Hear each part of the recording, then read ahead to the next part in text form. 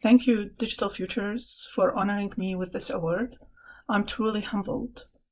My personal story as an Iraqi woman who was forced out of her ancestors' homeland because of violence, only to find a global audience to her ideas, is nothing short of remarkable.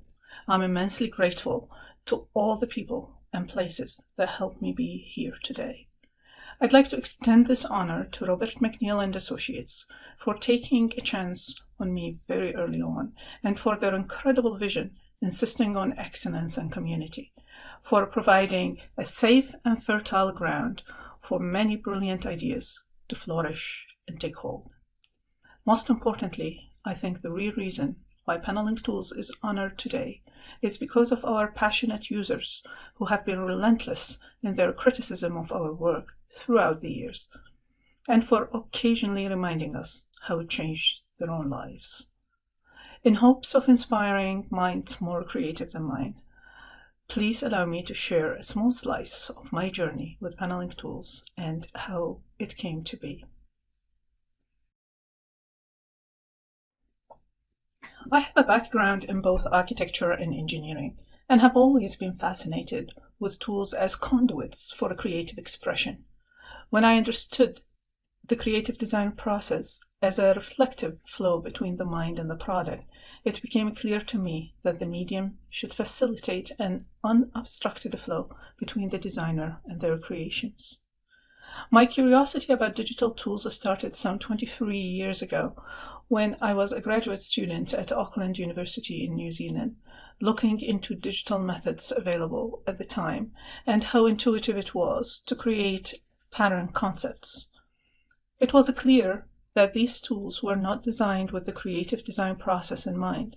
The whole concept of paneling and pattern generation was dismissed as a detail to be added later in the form of textures. Using these tools did not support paneling as a starting point of any design concept. The realization that no good tools were available to help creative design started me on a road to learn how to write software, and later conceived a digital tool to create paneling solutions from concept to fabrication.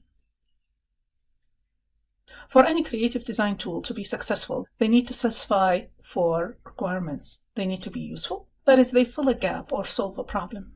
They need to be intuitive, easy to use, and fast to create with.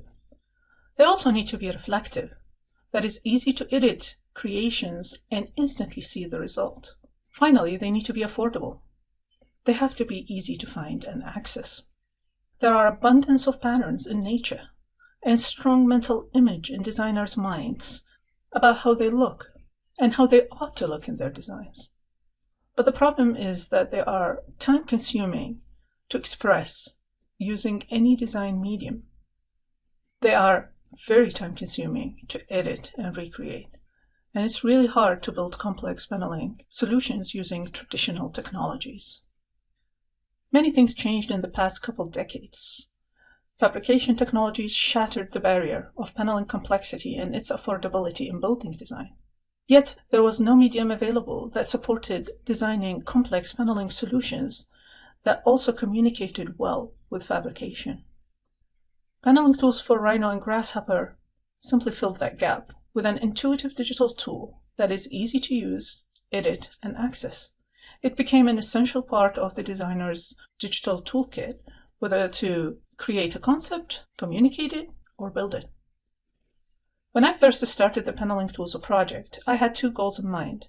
The first is to support a quick mock-up of paneling ideas, and the second was to be able to prototype the concepts into physical reality, making a smooth transition from design to fabrication.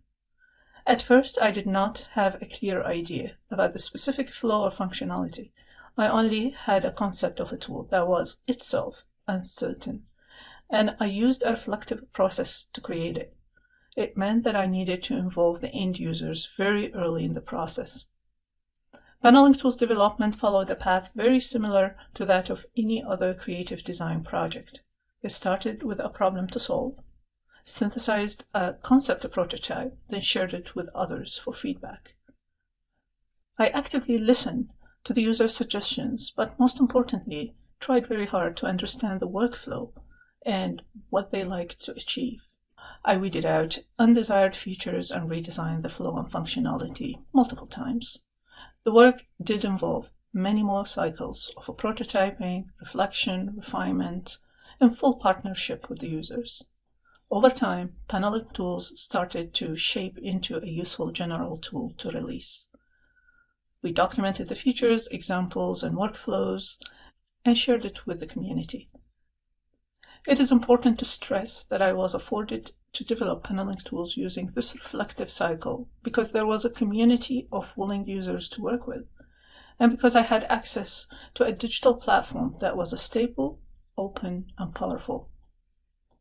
My designer background helped me internalize the uncertain nature of design, and my rigorous software training meant that I could build the tools without having to articulate any specifications. When trying to develop a pattern concept, designers start with either an inspiration or a process.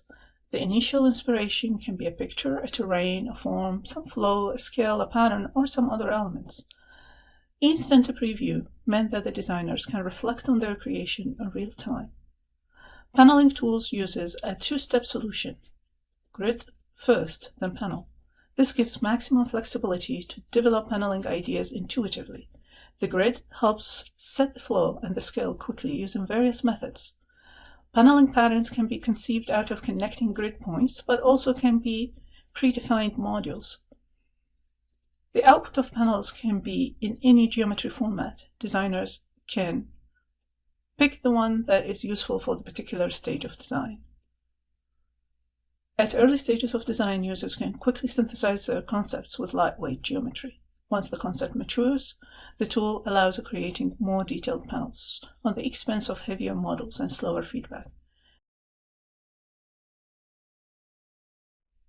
Detailed panels can be made ready for fabrication through unrolling for laser cutting or turned into meshes for 3D printing.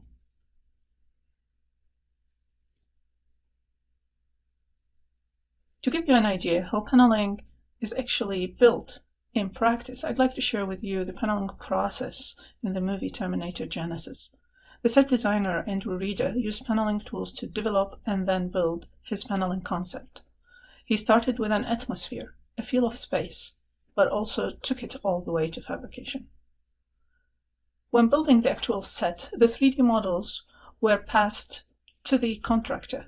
It was in a mesh format. The contractor attempted to orient all panels to a flat surface, then projected the outlines to create the document for laser cutting. He quickly realized that this would be a very time-consuming process and asked for an alternative format. Since all panels were originally developed from 2D paneling grids, it was trivial to also provide the 2D panels ready to unroll for fabrication. The final set was a combination of physical and digital parts augmented to create continuous space. What started as an idea and experiment became a popular tool used everywhere, not just in architecture, but also in other design professions and during all stages of design and building. Thank you all.